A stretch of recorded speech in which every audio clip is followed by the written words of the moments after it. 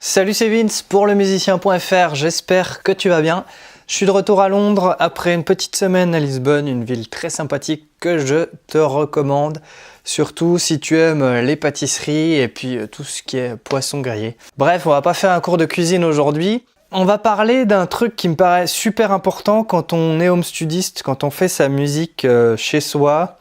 On va dire quand on est à la maîtrise de son projet de A à Z, c'est qu'on a quand même tendance à mélanger plein de casquettes différentes, notamment en gros la casquette du producteur et la casquette du mixeur. Lemusicien.fr, oulala c'est sexy. J'aimerais vraiment qu'on prenne un temps pour parler de ça et bien distinguer les choses, parce que on me pose souvent des questions un peu confuses, ou je lis beaucoup de choses sur ces points-là, et il y a beaucoup de confusion en fait dans tout ça. Donc déjà, il faut se remettre en perspective, hein. Tu vois, on va dire dans le langage traditionnel de la production musicale, donc le producteur, alors là je parle pas du producteur financier, hein, celui qui amène la thune pour produire un album, mais plutôt le producteur musical, le music producer chez les anglo-saxons, qui est vraiment en gros un rouage un peu essentiel et en même temps une fonction un peu bâtarde qui regroupe plein de casquettes en gros. Donc souvent, si tu suis la genèse d'un groupe un peu connu, etc., ou en tout cas d'un de leurs albums, tu vas entendre parler de tel producteur pour tel album, etc. Ils font appel à un producteur. En gros, le producteur, c'est quelqu'un qui va faire en sorte que le projet arrive à son terme. C'est quelqu'un qui va proposer des directions au groupe, qui va les faire se questionner aussi. C'est quelqu'un qui a évidemment plein de compétences musicales et certainement aussi des compétences on va dire d'ingé son, mais c'est surtout, il est capable de jouer de plein d'instruments, il est capable d'apporter des idées de mélodie, d'arrangement, et surtout de faire en sorte que le groupe ne s'éparpille pas, que le groupe arrive là où il doit aller, c'est-à-dire fournir un album qui soit le meilleur possible, quoi. Toi, tout seul dans ton home studio, tu as cette casquette-là, hein, t'es pas simplement compositeur, t'es aussi en même temps le producteur. Alors on mélange aussi ça avec maintenant la musique électro, on s'auto-appelle producteur de musique, etc. pour dire qu'on fait, en gros, qu'on fait de l'électro ou de la MAO, etc. Donc faut un peu remettre ça dans le contexte, mais en gros, toi en tant que producteur, vraiment tu dois faire en sorte d'amener ton projet à son terme, donc de sortir ton titre, de sortir ton EP, de sortir ton album. Ok ? Mais avant ça, c'est de faire en sorte que la musique en elle-même soit terminée, que la musique soit bien composée, que les paroles soient cohérentes s'il y en a, que l'ensemble soit bien structuré, arrangé, que on perde pas du temps, dans des intros, des interludes, des solos, des trucs qui peuvent finalement disperser le propos, mais qu'on soit dans une forme d'efficacité musicale aussi, une cohérence globale, etc. dans peut-être le choix des sons, dans la manière, dans l'énergie qu'il peut y avoir dans les différents titres, etc. Donc tout ça, en fait, c'est des questions purement musicales, purement artistiques, qui font appel à la créativité, qui font appel finalement à ton cerveau créatif, hein. J'en parlais je crois dans la vidéo précédente, je t'invite à aller voir si tu l'as pas vue. En gros, toi, quand tu vas être sur ta machine, sur ton ordi, à faire ta musique, il faut que tu enfiles ta casquette de producteur. Et donc, c'est-à-dire que tu sois à fond dans la créativité, que ton projet, il soit en bordel, etc., que tu n'aies pas peur de faire des tests, de dupliquer des pistes, de charger des trucs, d'empiler des idées, etc. Puis ensuite seulement tu feras le tri. Bref, tu dois essayer plein de choses, partir dans plein de directions pour trouver, on va dire, la bonne, tu vois. Et c'est en ça que le producteur, quand il bosse avec un groupe, c'est quelqu'un qui a un peu qui garde le cap, tu vois, qui propose plein de pistes, et puis une fois qu'on a essayé plein de choses, dire les gars, ça c'était sympa, mais voilà, nous on doit aller par là.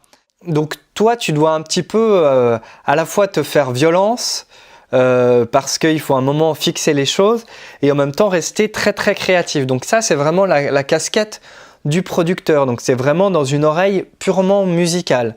Hein, c'est ça qu'il faut garder en tête, c'est que t'es vraiment dans l'émotion et dans la musicalité. Et ensuite seulement vient le moment d'enfiler la casquette du mixeur, hein, de passer à l'étape du mixage. Donc c'est pour ça qu'il vaut mieux éviter de faire ton mixage dans ton projet, on va dire, de composition. Donc ton projet qui est bordélique, où il y a plein de pistes, des trucs qui sont mutés, des machins qui sont à moitié effacés, des idées, des trucs, voilà. Donc c'est pour ça que déjà il faut exporter toutes tes pistes et puis les réimporter dans un nouveau projet pour remettre du neuf, pour que visuellement ce soit pas un bordel sans nom, parce que en plus le mixage, ça rajoute une couche de complexité. Donc l'idée c'est de repartir sur une nouvelle base. Donc c'est de faire en fait comme si tu faisais appel à un mixeur extérieur qui va récupérer toutes tes pistes et qui lui va les importer dans son logiciel, etc. et va les traiter à sa manière. Donc si toi tu as cette casquette là aussi, il faut que tu te mettes dans ce délire-là. Donc tu vas créer un nouveau projet à partir de l'ancien avec les pistes que tu auras créées auparavant. Et donc là, il faut que tu te mettes dans un état complètement différent. Tu vas être beaucoup plus dans le cerveau analytique, tu vas être beaucoup plus dans la vision globale aussi et beaucoup plus dans une oreille fréquentielle, dans une oreille sonique et plus dans une oreille vraiment musicale. Donc la manière d'entendre, elle est complètement différente. La manière d'écouter surtout, elle est complètement différente. Là, tu vas vraiment chercher à entendre ce qui dérange, ce qui est harmonieux en termes de fréquence. Mais on va dire que l'étape de la musique, elle est terminée. Tu ne dois plus revenir dessus. Tu vas pouvoir te permettre des petites choses un peu créatives dans le mixage, avec peut-être des envois de delay ou des EQ un peu radicales, etc. Mais la musique, elle est faite, elle est finie. Donc là tu es vraiment dans quelque chose qui est beaucoup plus technique, beaucoup plus rationnel aussi, et qui va être beaucoup plus dans le choix immédiat. Il faut faire des choix rapidement, sinon tu vas rester dans le stade précédent de la production où tu vas tester des choses et au final tu ne vas jamais terminer tes titres réellement, puisque tu ne vas jamais dépasser le stade finalement du mixage. Et en général, quand tu payes pour un mixage, la personne va y passer une journée maximum et encore, tu vois.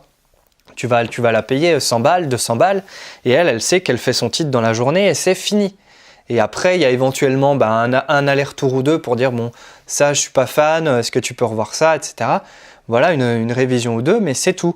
Donc, il faut vraiment bien distinguer les deux. Tu as la casquette du producteur, du musicien vraiment, qui est purement l'oreille musicale, et la casquette du mixeur qui est purement l'oreille fréquence, l'oreille vraiment analytique. Donc c'est toujours un petit peu cette dualité, vraiment le cerveau créatif, le cerveau analytique, et il faut savoir à quel moment sortir, mettre l'un et l'autre en avant et donc l'autre en veilleuse, quoi. Donc c'est pour ça, c'est vraiment important de faire bien la distinction et d'éviter de mixer en cours de route, de se dire attends, je vais mettre un compresseur de ceci, cela, sauf si on va dire le mixage en lui-même, l'outil de mixage que tu vas utiliser, par exemple une compression sidechain, tu vas plutôt la mettre à l'étape de création parce que c'est quelque chose qui va vraiment donner la direction à ta track, etc. Mais c'est pas le moment de commencer à gérer toutes les EQ, voilà. Sinon tu vas vraiment te perdre. Donc c'est vraiment important de bien distinguer les deux casquettes. Tu as la musique et ensuite tu as le mixage. Il faut éviter de trop mélanger les deux. J'espère que ce petit conseil t'aura été utile. N'oublie pas, si la vidéo t'a plu, de laisser le petit pouce en l'air, de t'abonner à la chaîne pour pas rater les autres vidéos. Il y en a plein qui arrivent. Et puis si tu veux aller plus loin, il y a des cadeaux à télécharger, des différentes choses que je te laisse aller voir dans la description. J'ai pas oublié de le dire, c'est cool. Je te laisse, d'ici là fais plein de musique, à bientôt, ciao.